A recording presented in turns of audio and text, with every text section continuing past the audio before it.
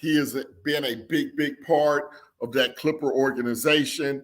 Of course, he came over in the Shai Gilgeous-Alexander trade a few years ago, along with Kawhi Leonard, and they were put together to try to bring a championship to Los Angeles. Of course, that did not happen under their watch. Consistent injuries to both of the stars, but more importantly, to Kawhi Leonard.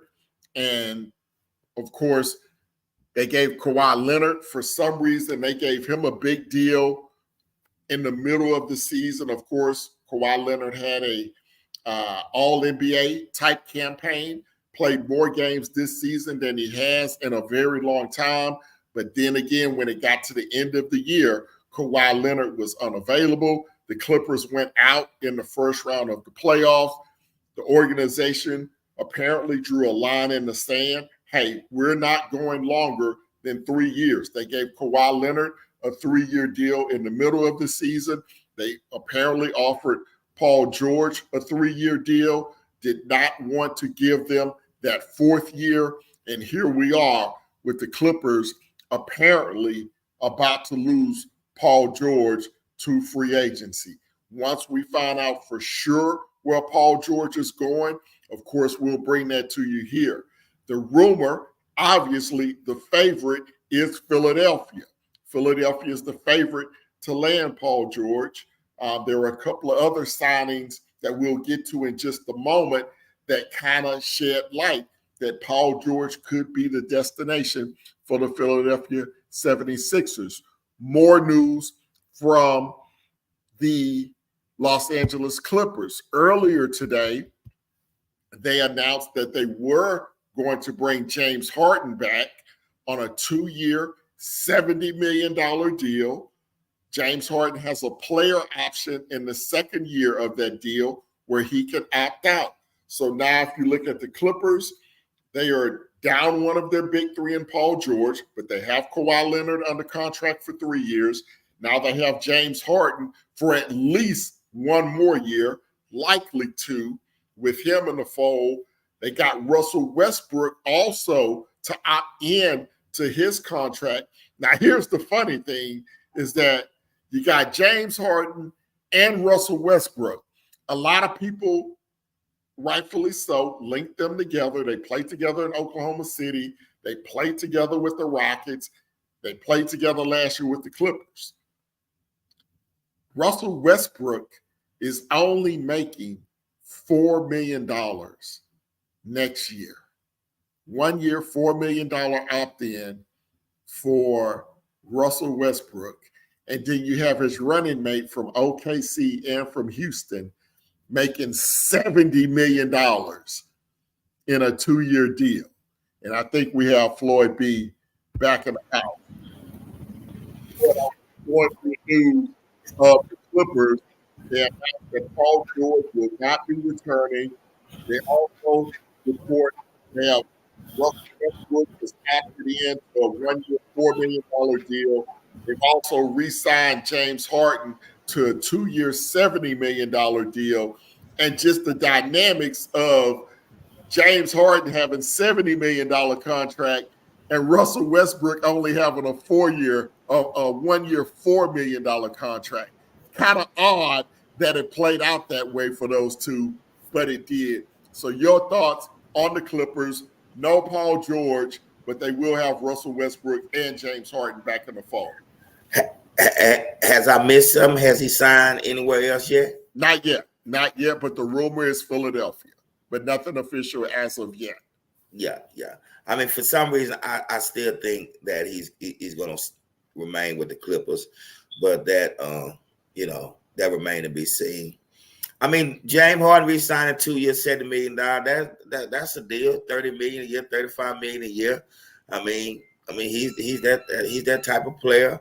I just thought, me personally, that it's maybe time to kind of shake that little formula up down there with the Clippers, man. I still believe he's going to remain there, but I would like to see him leave. Let's kind of shake this stuff up a little bit, man. Let's see something different. You feel what I'm saying, man?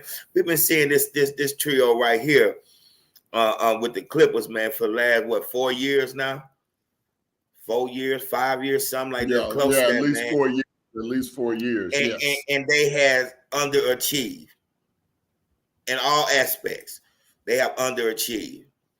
And I don't like the Van Gundy. I don't like Ty Lue putting Van Gundy on his bench.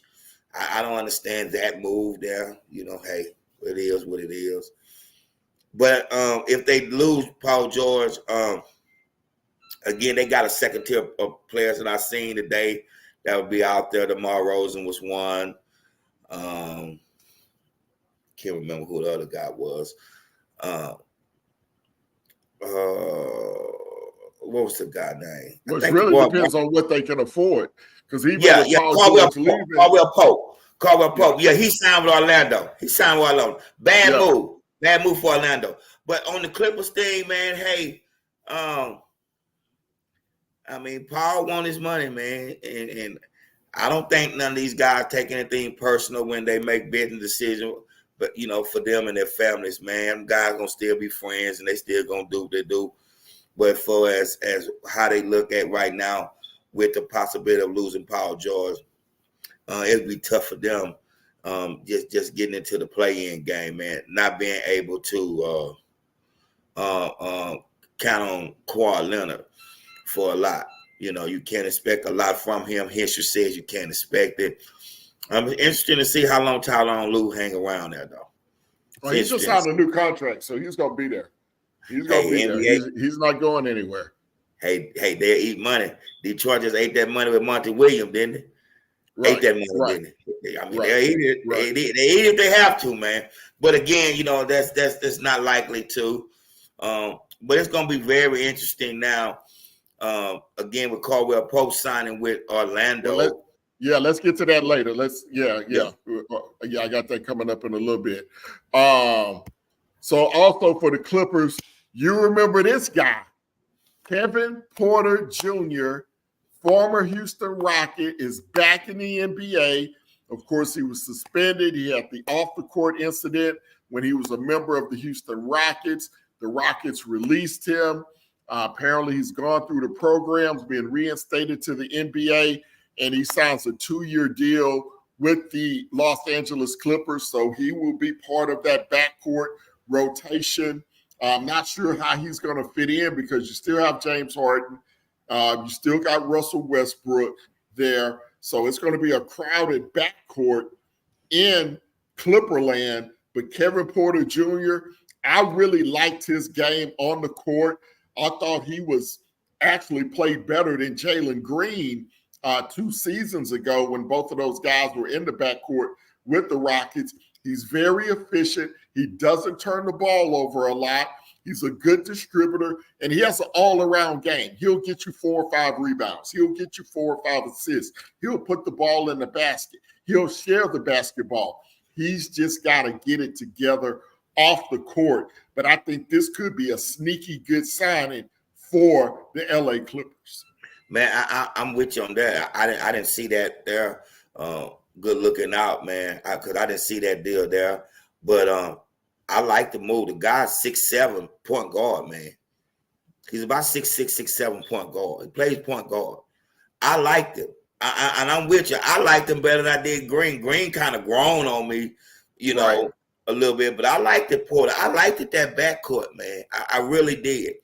And again, he's athletic. He's long. He's 6'7". I could be wrong. But he's a big point guard, man. Yeah, he's tall. He's got some size to him. Yeah, so it's gonna be interesting. It'll be interesting to see how Ty Lue be able to implement these guys, man, and let's get into what they need to call the new NBA, man. The Russell Westbrooks and the James Harden, them guys, better days are far behind. Their better days in the rearview mirror. So, the Clippers, it's a good signing if he can stay clean off the court. It's a good signing. I agree with you with that. Right. And they can kind of move in a youthful way and kind of like what we seen with the Rockets this year, man. We moved in a youthful way, man. We wasn't embarrassing. We showed that we had NBA talent on this roster that we have here in H-Town. But that signing right there could be something the Clippers really, really, really will be glad that they made down the road. Again, shouts out to him. I hope he become the NBA player that you and I both believe he can be. Again, good sign up. I'm glad he got another chance in the league, man. All right. So obviously the Clippers and the Sixers are heavily linked today with the rumor that Paul George will be going to Philadelphia and will not be staying with the Clippers. With that, the Clippers have made a couple of other signings because coming into today, the only players that they have under contract are Joel Embiid and Tyrese Maxey. Everybody else on their roster are free agents. So they've filled a couple of positions today. Another former Houston Rocket, Eric Gordon, who's also spent time with the Clippers last couple of seasons, was with the Phoenix Suns with that rotation with Devin Booker and Bradley Beal in the Phoenix backcourt. He goes to Philadelphia on a minimum deal. Obviously, he has a relationship with Daryl Morey. Morey brought him over from New Orleans to Houston during the Rockets run, from 2015 to 2019. Eric Gordon, a sharpshooter, can handle the basketball a little bit. The problem that I've always had with Eric Gordon is that he kind of has that James Harden syndrome where he really doesn't show up in big moments. I can't remember a big shot that he's made. You always talk about Clyde Drexler. You haven't remembered a moment from Clyde, and we disagree on that. But as far as Eric Gordon goes, I think he can be a pivotal asset and a backup role, kind of a sixth, seventh man role, depending on how Philadelphia fills out the rest of their roster. But a nice signing with Eric Gordon. One other signing that the Sixers have made also today, they also signed Andre Drummond. They bring him back again to be the backup to Joel Embiid. And you saw what happened last year when Joel Embiid went down in the middle of the season. The Sixers kind of fell apart at that point because they did not have a reliable backup center. Paul Reed was nice, but he was undersized. He's more of a 6'8", 6'9", more of a power forward. But now with Andre Drummond, you have another 7-footer. He's played with Joel Embiid before. Obviously, back in the day, they had a little beef. I think they've squashed that. So I think a couple of really nice signings for Daryl Morey, getting Eric Gordon and Andre Drummond to shore up that bench for the Sixers.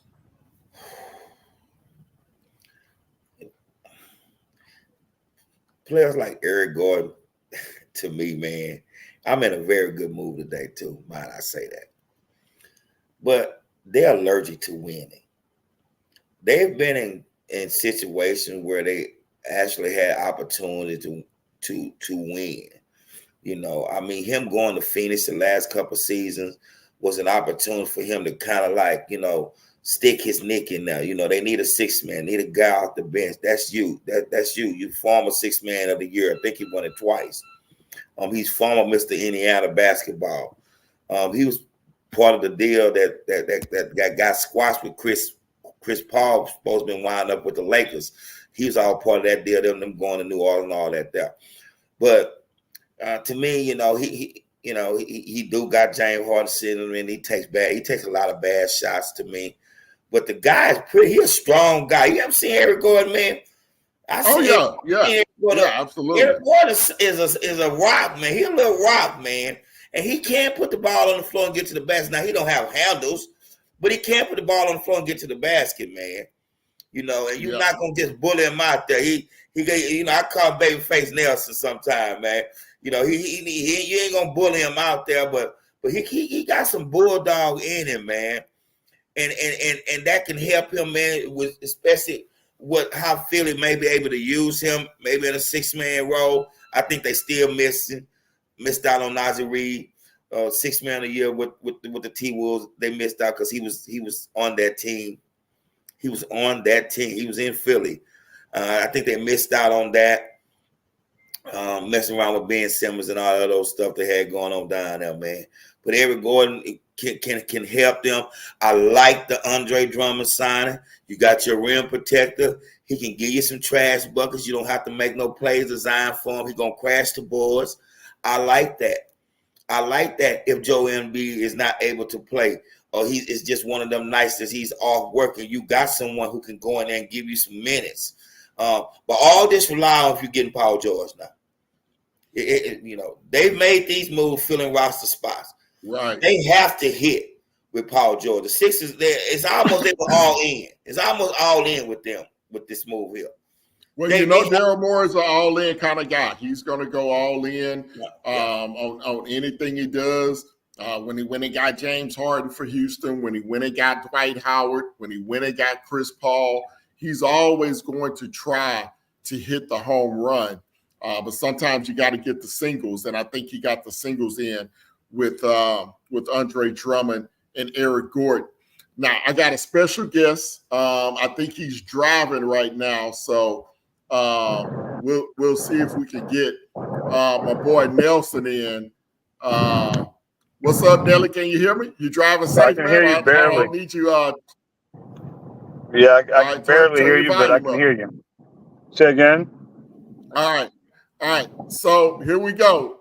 The Warriors, they waived Chris Paul today, and I don't need your ear in the I don't need your ear on the screen, my man. Yeah, we don't need your ear on the screen, bro.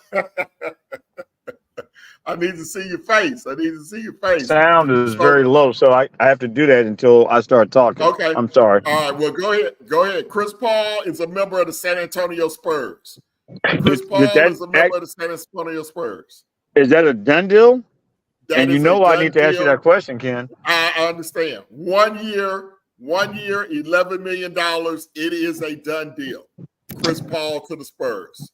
So I like the deal because while Spurs will not be a championship contending team 24-25 season, what Chris Paul will be able to deliver to the current guards, and we may get somebody else, but for now what we have in Trey Jones is the ability to show them how to comport themselves as a professional and get better.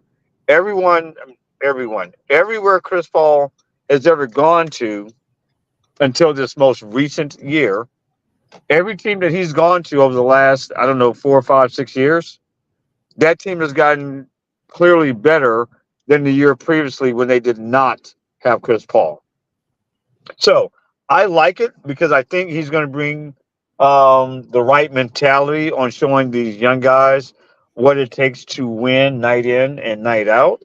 Again, we're not going to contend for a championship, but he will get that type of DNA put into the organization along with Pop as well, and then any of the old vets that still come around, D-Rob, Tim, whenever he shows up, etc. But having a Chris Paul type player who's very professional in the way he approaches the game, the knowledge of how to play the game, I think is going to be invaluable in a locker room that's very young. And I think it's going to be a big deal for us in terms of our growth.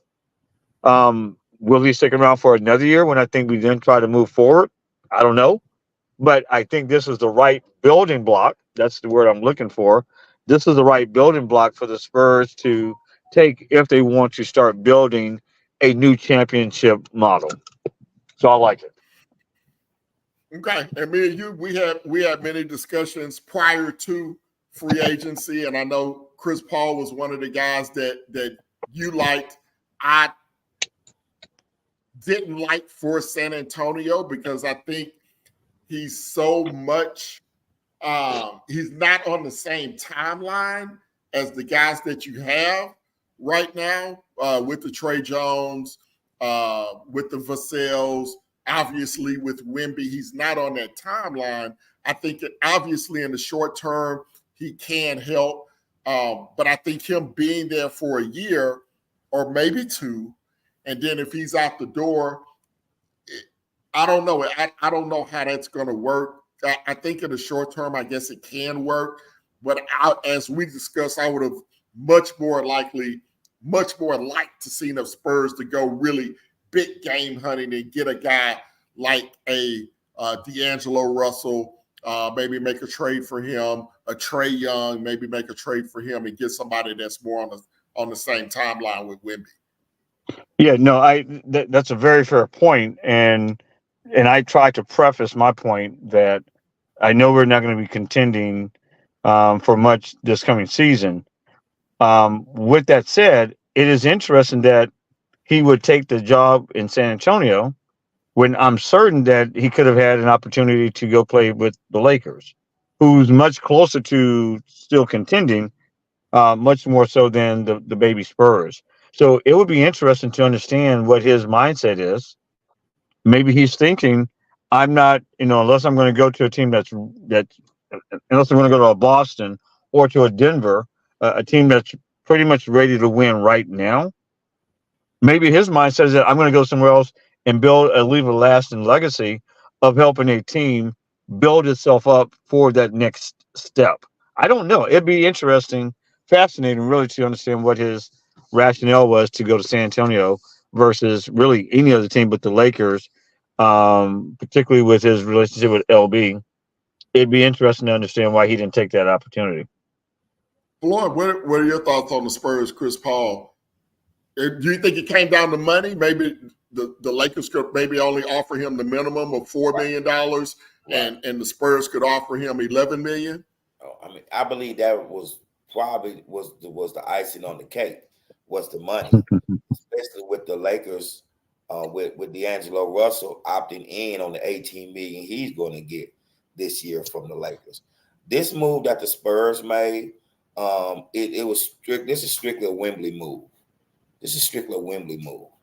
He now has a 2-point guard who's going to give him the ball where he wanted it, exactly where he wanted it, so he can be at his best when he's in when he's in offensive mode. He's already there defensively, man. Man, the sky's the limit for him, man. I thought he was a little overhyped. I'm the first to say I thought he was overhyped, but he lived out to play pretty well last season, considering the team that was around him.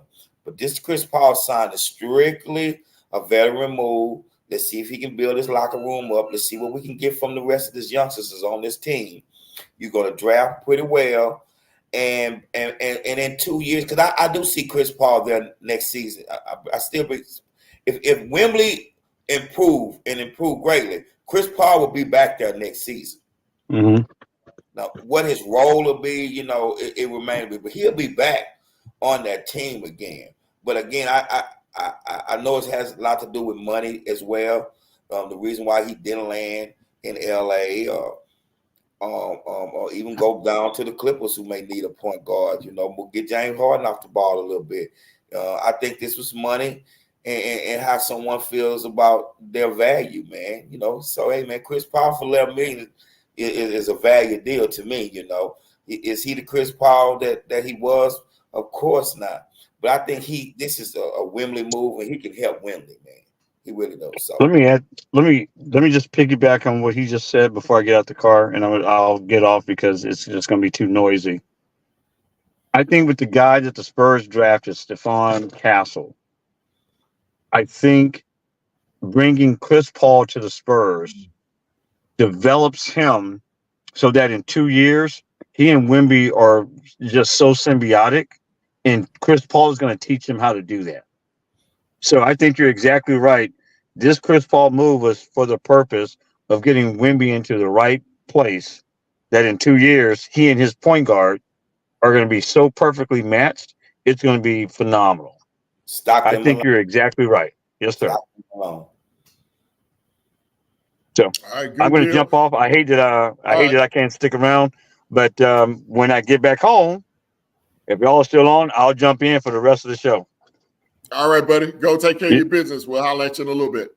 Thank you, guys. Y'all enjoy. Have a good show. Bye-bye. All right, brother. Hand up, man. All right, so Chris Paul headed to the San Antonio Spurs on a 1-year deal. I think both of you guys make good points that I hadn't thought of with the Castle draft pick that they just made, which is a big 6'5", 6'6" kid. I don't know if he's going to be the point guard in San Antonio. I'm not familiar with his background. I didn't see him play in college, but if he is the future point guard, there is no better point guard to learn from than Chris Paul. So from that perspective, I think that you and Nelson bring up excellent points in that matter. So Chris Paul headed to San Antonio on a 1-year deal for $11 million. And it still kind of baffles me because Chris Paul's an LA guy.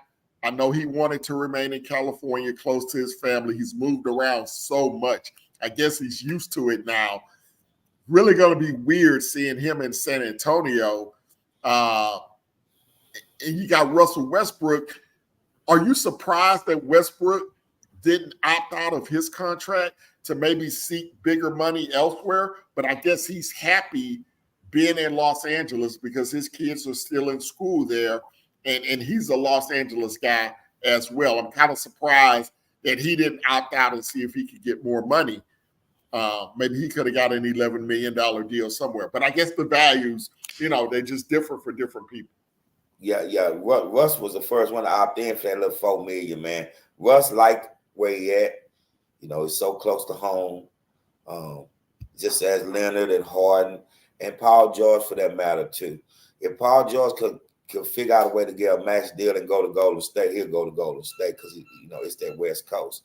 But right now, if he do sign with the Sixers, man, he's getting paid, and he also be giving himself a fair opportunity at winning the chip, man. But again, he's running it, and if this is all done, he's running into the same situation with another superstar that he'll be leaving from in Joel Embiid that is often injured, man.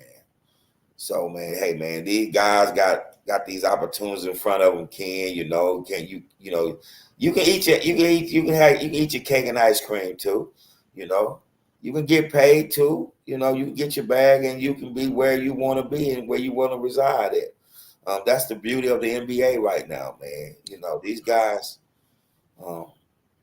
they have an opportunity to kind of fall where they want to fall and get the bread that they're trying to get, man.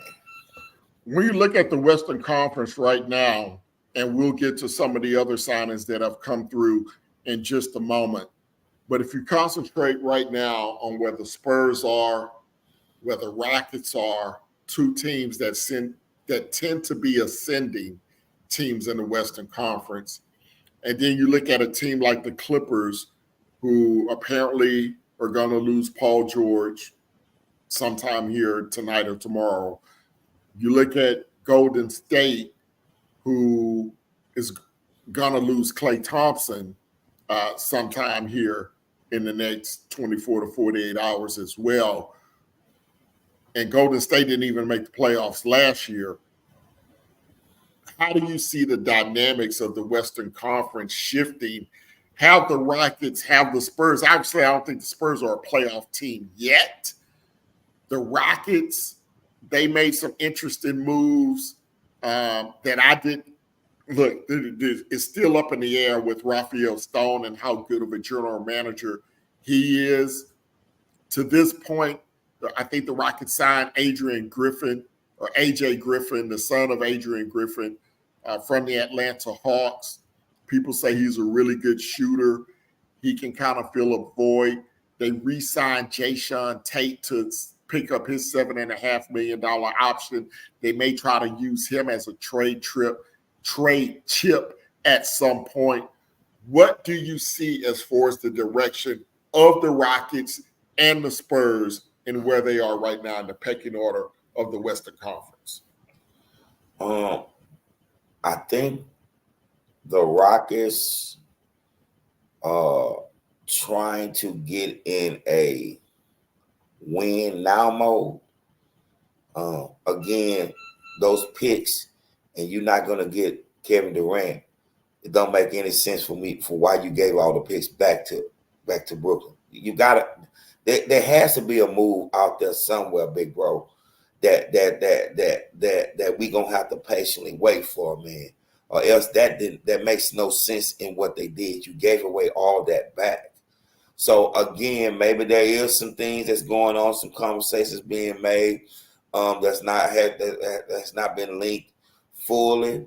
But I mean, we have to get a big fish right now. We have to. Now I don't know the strength of those picks when it comes to next season. I don't really know. And if I was a betting man, you know, and removing my heart from this, I would say we are 1 year away from landing Kevin Durant. I would really say that from the way I'm actually feeling and being realistic and not letting my personal feelings and my love for the Rockets get in the way of this, man. Mm-hmm. But I would want it now, but I don't see it now right now, Ken. I don't see it now. I see this as a next season move. I really do. And as far as the Spurs, again, everything they young, they rebuilding, man. They've been bad for a while now. You know, they've been bad for a while. And they got a cornerstone to build their franchise around. I think they're going in the right direction, bringing in some veterans that can teach these guys, you know how to win and how to play, you know, in the NBA. But I don't think the Spurs are close to where the Rockets are right now, and as far as trying to become contenders or at least playoff contenders, for to speak. But we looking at a Kevin Durant or per se Devin Booker, which I doubt that'll never happen. Devin Booker's not leaving Phoenix, but just per se a Kevin Durant, man. Then we'll be in win mode now, and maybe he will be the key. He the missing piece to get us over the hump, you know. And we don't have to give up players right now. Everything is you know. The league saw what Phoenix did, big bro, when they got Durant. They gave their whole team away.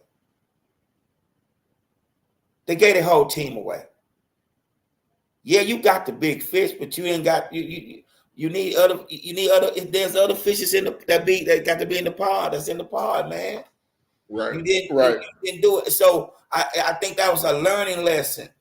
You know, that was a learning lesson, man. You know, you get away these picks, you get these picks, and you make it throw a player there that, you know, but to give away your whole team for this guy, and you didn't, and you was never, the Phoenix Suns was never able to rebound from that. They couldn't build their roster back up. Well, apparently they haven't learned, because the owner keeps saying that we're not going to trade anybody. We're going to run it back next year. Obviously, they just lost Eric Gordon, who was probably their best backup guard to Booker and Beal. Of course, they got Grayson Allen as well, who's a really good three-point shooter and has really improved his game. And I think they just signed him to a $100 million contract right before the playoffs started. So I think the Phoenix Suns are in a lot of trouble. The Rockets own their picks now instead of the Brooklyn picks. And I agree with you. They better turn those picks into a superstar, because reportedly next year's draft, and Houston gave away Brooklyn's pick, the 2025 pick, to get those picks that belong to the Phoenix Suns. That is a risky gamble by Raphael Stone. And my problem with Raphael Stone is that he's always doing a little too much. He's trying to swing for the grand slam instead of, hey, man, take the double, take the single, take the triple. He's always swinging for the fences. And if he misses on this, then he may be a dude looking for a job in 12 months, because that deal with Brooklyn has to turn out for the Rockets to take that next leap. Because right now they're stagnant. They got to 41-41. But they haven't made any moves, and they're cap strapped right now. So really the only thing they can do is minimum guys, maybe the lower exception. I don't know if they have any trade exceptions or not. or make trades. So they're kind of in a iffy situation at this moment. Yeah, the GM he's gonna look very, very bad, man. Because Brooklyn's not going to be a good team next year. So giving them back their picks, they'll probably be the number one pick in the overall draft. They probably have the worst. And you know what, boy? You know what, bro? I'm gonna have to put Rafael Stone in the. Punk, you're in the danger zone. You're in the danger zone. Rafael Stone is in the danger zone. He's in the danger zone. He get out of the danger zone if he can make a trade, get the Rockets from average to playoff contender. Right now, with that trade he just made a couple of days ago, he's in the danger zone. Well, I can't put him in. You can put him in. You can put him in because time got the vest. We need time to see this through. No, I'm not saying he's all the way in, but he's because we was looking for bam. We wanted this move to be done during the draft. That's what we really wanted to be done. We wanted, because it was the most logical thing that you would see of them giving them back those picks, not just them picks, all those picks. You gave them back. You gave them back. So you shoving everything. But I got to think about it, Ken. I don't think all those chips were shoved in for this season. I really don't. I think they can make some moves. They can draft pretty well. They can slide through some cracks, man. And maybe the Durant move, Durant at 37 years old, is the final piece to see him, man. That's how I look at it. And that I'm looking at 37. At 36, he'll be 36. No, I don't think Durant is part of the equation. I think they're doing that to try to get Devin Booker. And I don't think Phoenix is going to let Devin Booker go. He don't want to go. So he don't want to go. Time will tell. So back to free agency, a couple of other moves that have been huge tonight. One that you did not like, the Denver Nuggets lose another key piece of their championship team from 2023. Last year, they lost Bruce Brown in free agency. This year, they lose Contavious Caldwell-Pope, who has agreed to a 3-year, $66 million deal with the Orlando Magic.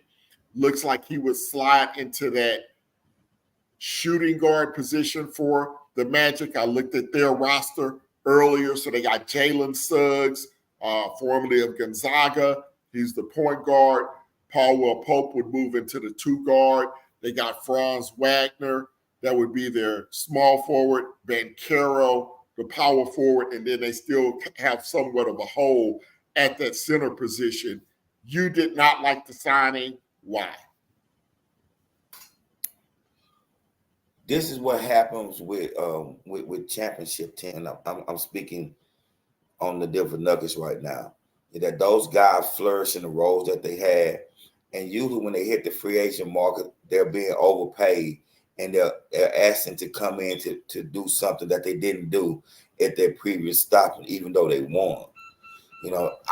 If they were going to make a move like this, I feel like they needed a guy that had a reputation for being a professional and winning. And I thought Klay Thompson would have been a great fit right there with them. Contavious Pope is not he's not a Klay Thompson. He's had his moments again, but when you had Joker and Jamal Murray pushing the ball and you had everything around you, timing is great, and he succeeded.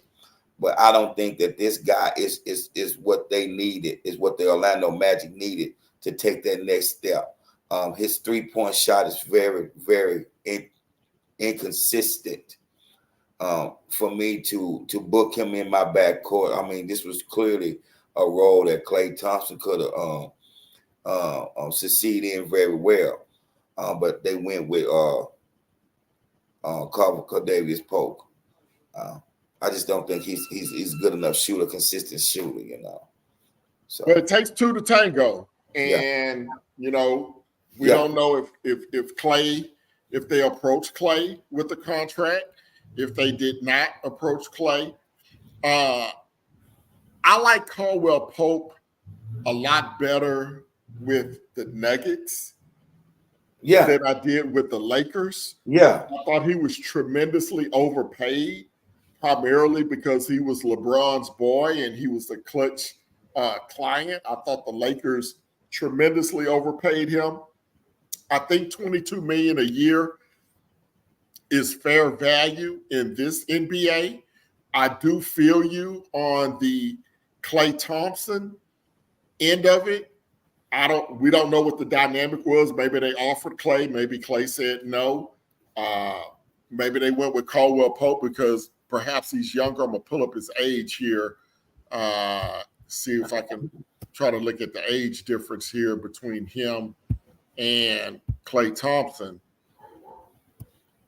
Let's see. Caldwell Pope. He's 31 years old.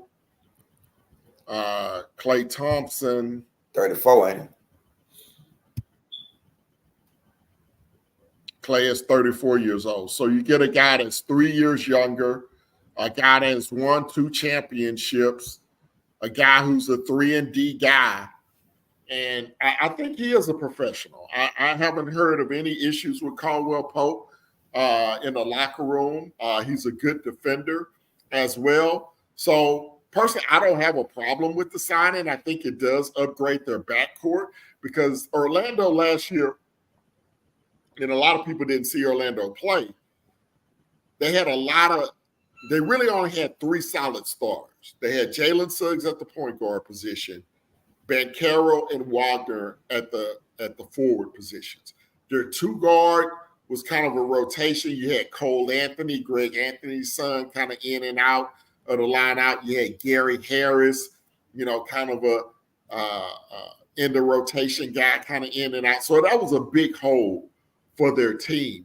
And I think Caldwell Pope, kind of how we talked about San Antonio, he's more on their timeline age-wise where he can continue to grow. He can help that team grow. He can give them some championship DNA, from his time with the Lakers, from his time in Denver. He can bring that championship DNA. Of course, Klay has that championship DNA as well, but he's an older guy, and I personally don't know if I would feel comfortable giving Klay Thompson a 3-year deal at this point in his career.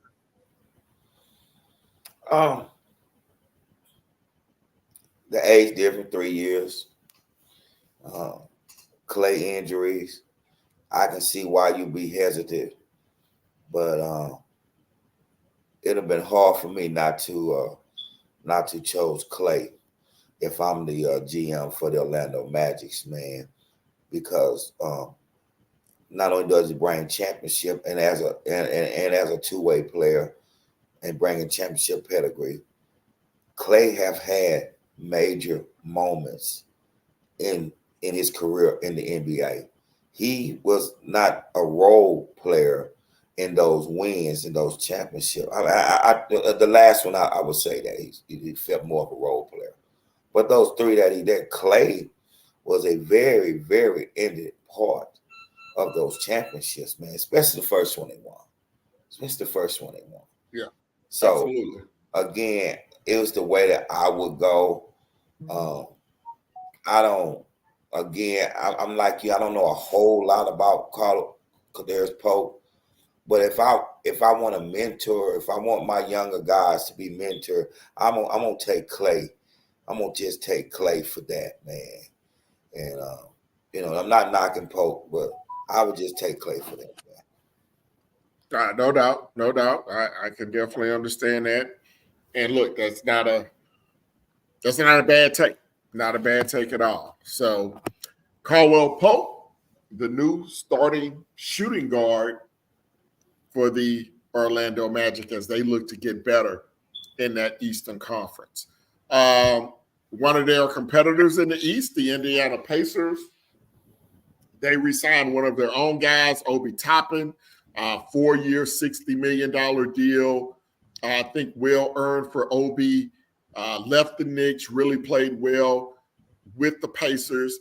I think there's still a couple of levels to his game. If he gets in the offseason, he's super duper athletic, kind of like a Blake Griffin, but he doesn't have the game that Blake Griffin had when he was with the Clippers. And I think Obi Toppin has Blake Griffin type characteristics, but he's really got to get in the gym. He shot better from the three-point line. We saw him make some nice threes during the playoffs. You want to see that shot get more consistent, be able to put the ball on the floor, create some offense for himself. He's a guy that relies on, being set up by Halliburton and some of the other guys on the team. But I think it's a real good move for the Pacers to bring him back. Yeah, that's a good move. And considering where he started out at with the New York Knicks, and they was in shambles, I think the year that they traded, when they just started turning the corner of really looking like they, that they were at least a competitive basketball team with Tom Thibodeau. But he had some rough season in New York, and based on coaching and management had something to do with that. I'm happy to see him go someplace else and show, why he was a top lottery pick. Was it 3-4 years ago when he was drafted? So he was also College Player of the Year, if I'm not mistaken. I think Obi Toppin was top College Player of the Year. He might have. I've seen it somewhere on something.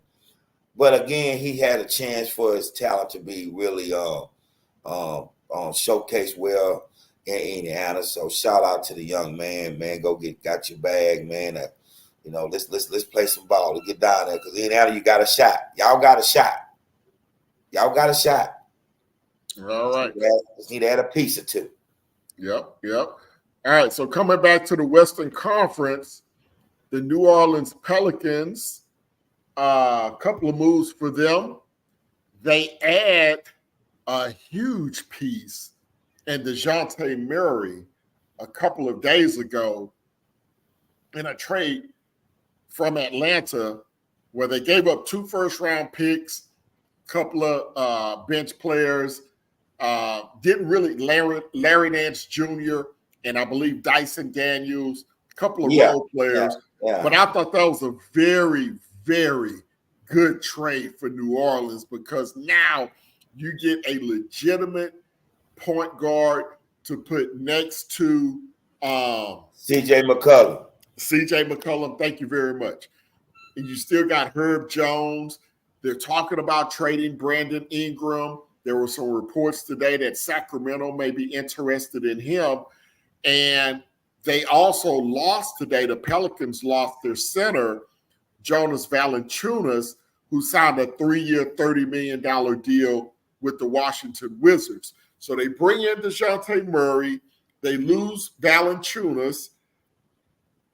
Brandon Ingram could be on the move as well. David Griffin, the GM, really shaking some things up with the Pelicans. No, that was Memphis. That was Memphis drafted the ball out of Purdue Edney, wasn't it? That was Memphis. Correct. That, right? Okay. Yeah. Okay. Well, they losing their center, so they that's a void. Especially with Zion being a very undersized, height-wise power forward at only 6'7". So he needs a big body to protect him from taking that unnecessary blows, because he's not only dealing with his opponent, but he also dealing with his own weight that he has to be able to manage and be able to fall right and catch a fall and all that other stuff. So they're going to miss that presence in the middle, the big guy.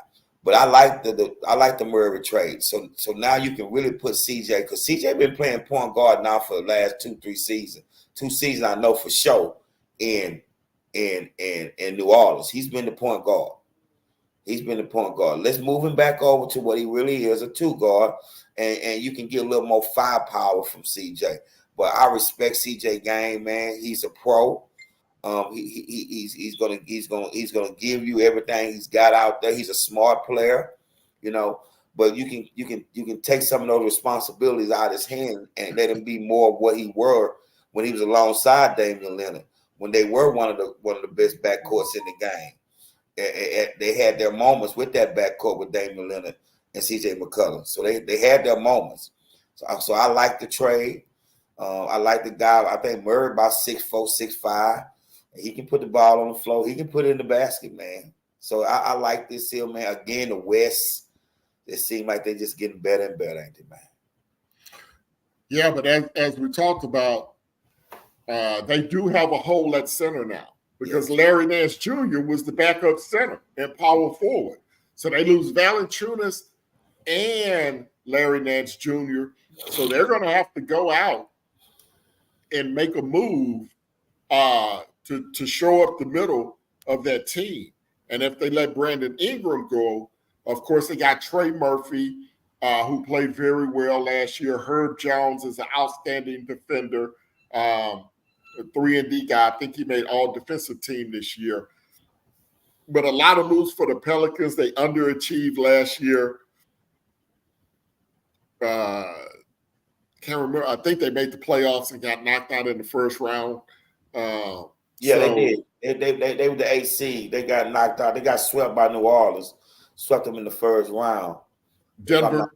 Minnesota. Who's the number 1 seed? OKC.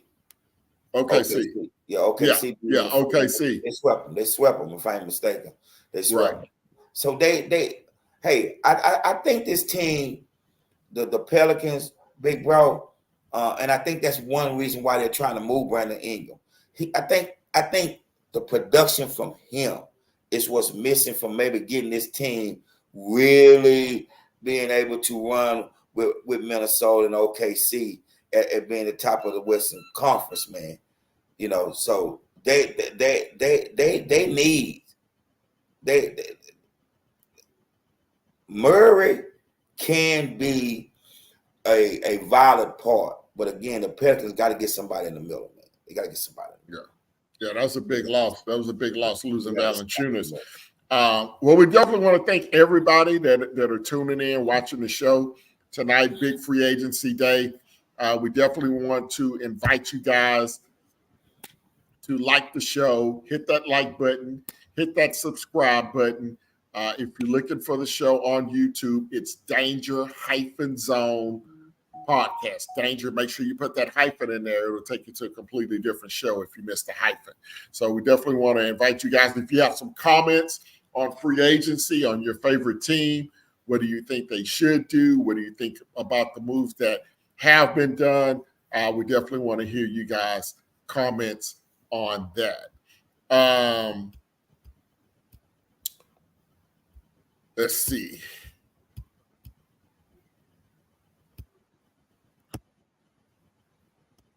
So going back to the West, of course, the Lakers, we're going to figure out what they're going to do. Reportedly, LeBron James has said that he's willing to take a pay cut if it allows the Lakers to bring in the right guy, whoever that guy would be. LeBron said he is now willing to take a pay cut. I think the problem is, from what I saw, LeBron can take as much, I believe, as a $22 pay cut that would open up a mid-level exception for a player to come in. But the players that would take that type of money, I thought would be somebody like a Chris Paul. As Nelson mentioned earlier, I'm surprised that he didn't go to the Lakers to maybe back up D'Angelo Russell, have a chance to possibly play for a championship with his buddy LeBron James. DeMar DeRozan is still out there. I don't know if DeRozan would be willing to take that much of a pay cut to go to the Lakers on a mid-level exception. But I think a guy like DeMar DeRozan could be a really good fit in LA if he was willing to take that pay cut. Klay Thompson, another guy that you talked about, would he want to go to LA? Would he be a fit? They have Austin Reeves at that shooting guard position. Would Klay be willing to come off the bench for the Lakers? What are your thoughts on the Lakers and what they should or shouldn't do during this free agency window? It's and I don't even know if this player addition in LeBron's eyes would be enough for him to take that pay cut, and that is Klay Thompson. You know, so I don't know if he would take that pay cut for Klay Thompson at Klay Thompson's stage in his career right now. I don't know if that's the star or the big move that LeBron would make that sacrifice for. I don't know if Klay the one. I prefer Klay to land in LA. I think he's what they're missing. He's what they're missing. I still think they're going to try to figure out a way to move D'Angelo Russell. They were very, very surprised when he opted in. You know, they were so hoping he hop out, man. I don't know if they were surprised. Huh? They were probably. I don't know if they were surprised. They were probably disappointed. They were disappointed when he opted in. So now everything is about finding you somebody to tango with you and see if you can move him, man. I just never been a D'Angelo Russell fan. He was Hector Skepta at the best with me. He's an NBA player, so he's gonna have his moments. He's gonna have his moments, like he's gonna have it. But he's not that guy, man. And it's interesting to see where that move go to with him. But by him still being on that roster, it wasn't no room for Chris Paul, man. Because you got to remember the style of play that Chris Paul is. Chris Paul is Luka, but not as good as Luka. They half court. They don't like pushing the ball. Even in his younger days in New Orleans, man, and even in Loud City with Blake, he didn't push the ball. That's James Harden's problem right now as well. They don't push the ball, man. So I don't know, if Chris Paul is the answer as far as going to LA, maybe in the backup role, maybe, but not getting a whole lot of minutes, man, because you already have half-court guys, man. You got LeBron, you got AD, you got Austin Reeves, you got half-court guys, man. So you need somebody that can get up and down that court and who you can kick it out to, who has a reputation. I don't mean he's going to make the shot, but he has a reputation of making that shot, man. And I think the Lakers need shot makers. And Klay Thompson will fit them. Would he be the one that LeBron decided to pay less for? I don't think he is. But clearly the Lakers is the right fit to me for Klay Thompson. So would he start? Would he come off the bench? No, he starts. So who's your starting five? I got to pull up their roster, but we already know four. We already know that D'Angelo and I will put Klay in the start, and you got LeBron and AD. Now I don't know who the other guy is, the center that they got playing out there, because AD don't like playing center, but he would definitely start over Austin Reeves. Reeves can be what to me I really believe he is. I really believe he's a sixth man. That's what I really believe he is. So you can kind of put him in his role and let him flourish in the role that he basically is. Hey man, there's a reason why only one player that I know in modern day history that went from being a sixth man of the year to a superstar, and that was James Harden. It just don't happen like that regular. They're six man for reasons. The Ricky Pierce and all those guys that the microwave and all these guys, man, Eddie Johnson. These guys were six man for a reason. They was not franchise. They were not players who could carry a franchise. You look at Kevin McHale. Kevin McHale was sixth man of the year. He was. Yeah. He was. So it's just, kind of filling that role. And then when it was time to put him in the starting lineup, you put him in the starting lineup, and guess who win the next sixth man of the year? 6'11" Bill Walton. Come on, man. So I just think that's what Austin Reeves. I think he can be a great sixth man if you got somebody who's going to eat those minutes up at that two guard spot. and then he can come in and play a little backup point and everything with that too. But again, it's gonna boil down to LeBron think it's Klay Thompson worthy enough for him to take the pay cut. Right. Well, I don't know, man. It'll be interesting to see how this all shakes out. Who the Lakers get, if they have to make a trade, if Klay Thompson decides to go to Los Angeles.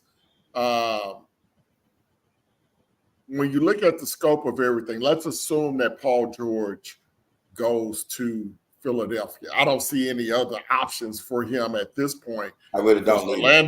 Orlando's already used their money on Caldwell Pope, and they still have about $22 million left. They don't have their max money anymore. The only other team with maximum salary cap space is Detroit, and we know nobody's going to Detroit. So assuming that Paul George is going to Philly, and we saw what Boston has as the defending champions, how do you envision that Eastern Conference? We haven't even talked about the Knicks, who made the trade to get Mikal Bridges, and they're also re-signed OG Anunoby. So that team just got stronger as well.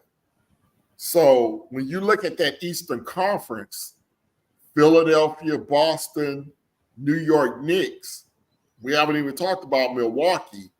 We did talk a little bit about Indiana. Is there anyone in the East that can challenge Boston next year? Of course. To come out of the East? Of course. If Paul George land in Philly, they can challenge them. The Knicks can challenge them. Here's the problem with the Celtics.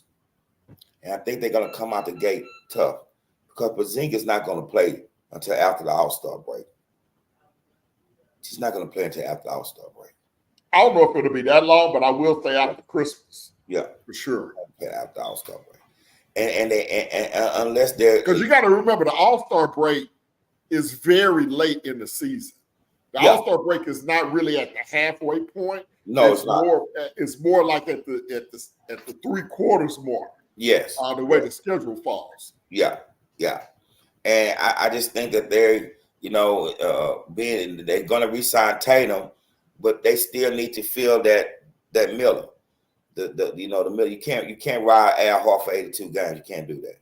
You can't do that. So it's interesting to see how many, we're winning, how many guys that's out there would take the league minimum, to be on a championship team to have an opportunity to win. But the New York Knicks, the New York Knicks remind me of?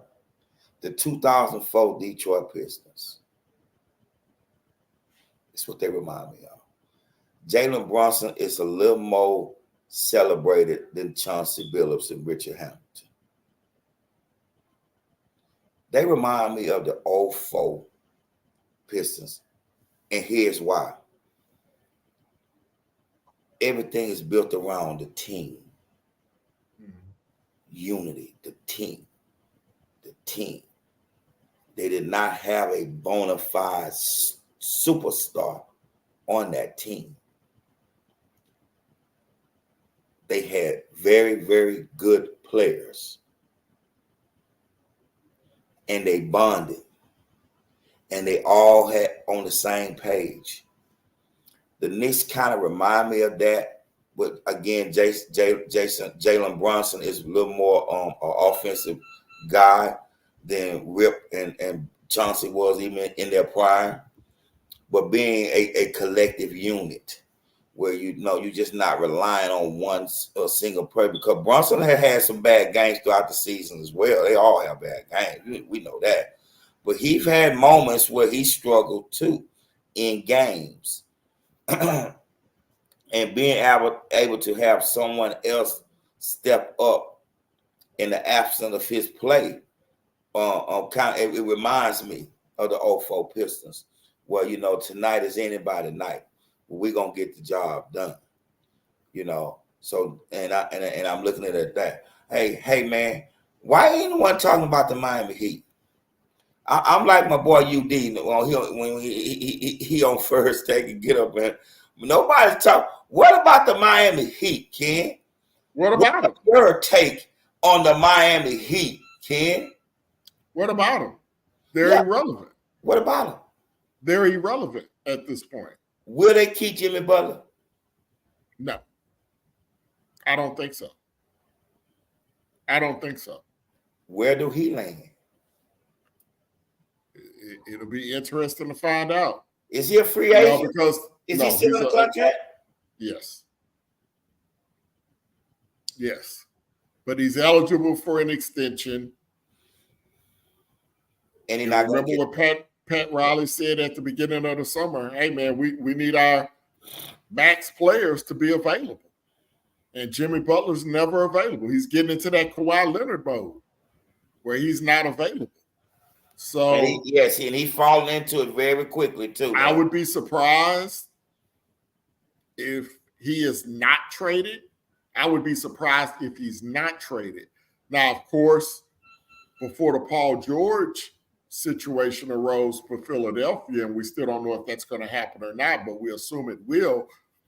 If that happens, that takes away a place that Jimmy Butler could be traded to. Because obviously he played with Joel Embiid. They're very good friends. And we all know originally when, the previous regime was there, they chose Tobias Harris over Jimmy Butler. And that didn't work out so well for Philly. So I think for Miami, they have Terry Rozier coming back. They made a very good trade to get him last year at the deadline. They re-signed Kevin Love today. Kevin Love, he's kind of that Udonis Haslem of the organization now, right? That big guy at the end of the bench. He's going to be professional. He's going to be great in the locker room. So and he's going to be ready today. when his name is called. When his name is called, he's going to be ready to play.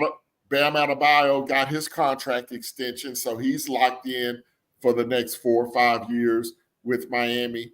So they have a good core. You got Tyler Hero, you got Duncan Robinson, you got Jaime Jaquez. So they have a good group when they're healthy.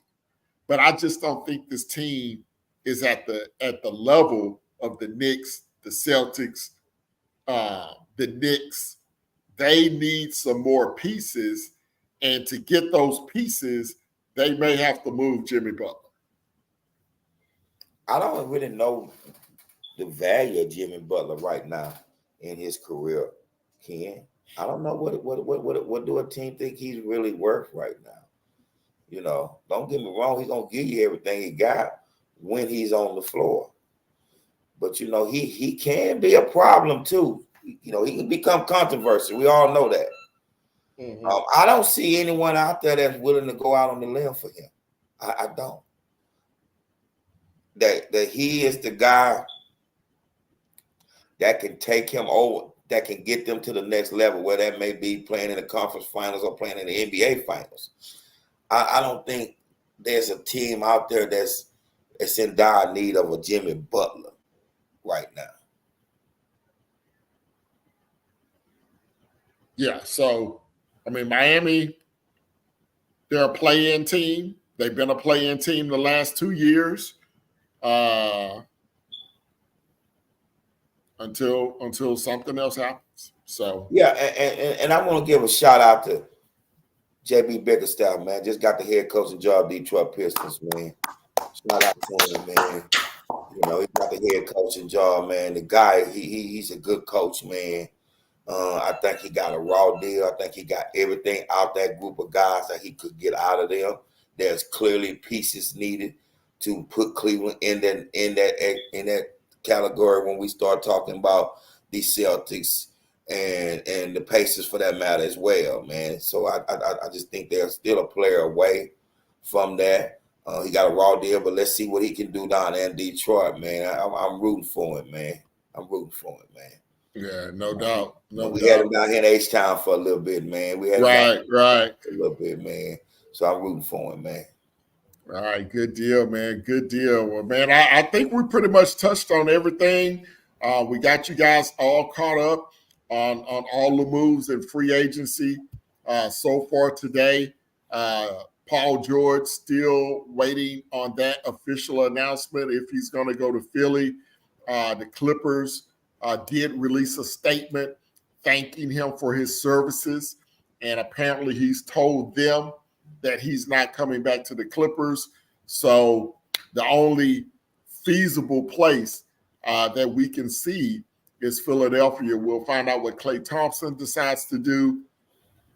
We talked about Jimmy Butler. Does he get traded? Does some of these other stars, Brandon Ingram, does some of these stars on other teams get traded? Well, DeMar DeRozan would be a Clipper. You can put that in stone. Yeah, They can't afford. They're gonna figure out a way. How? They're gonna figure out a way. They got to. They got to.